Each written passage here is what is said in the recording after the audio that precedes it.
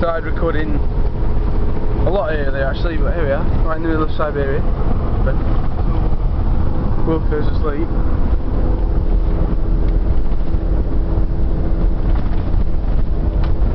He's not moving. And he slept for ages yesterday, so he's got no excuse. He's down, poking him.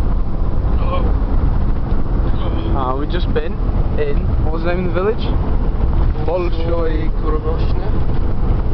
Yeah. Something like that. For 3 days, had a wicked time. We're just on our way to Irkuskt now, driving. And big holes in the windscreen.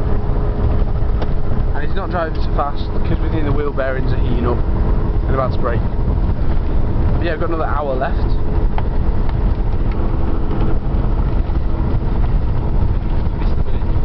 What? You missed the village.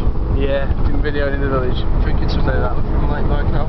Lake Baikal water. Cleanest natural water.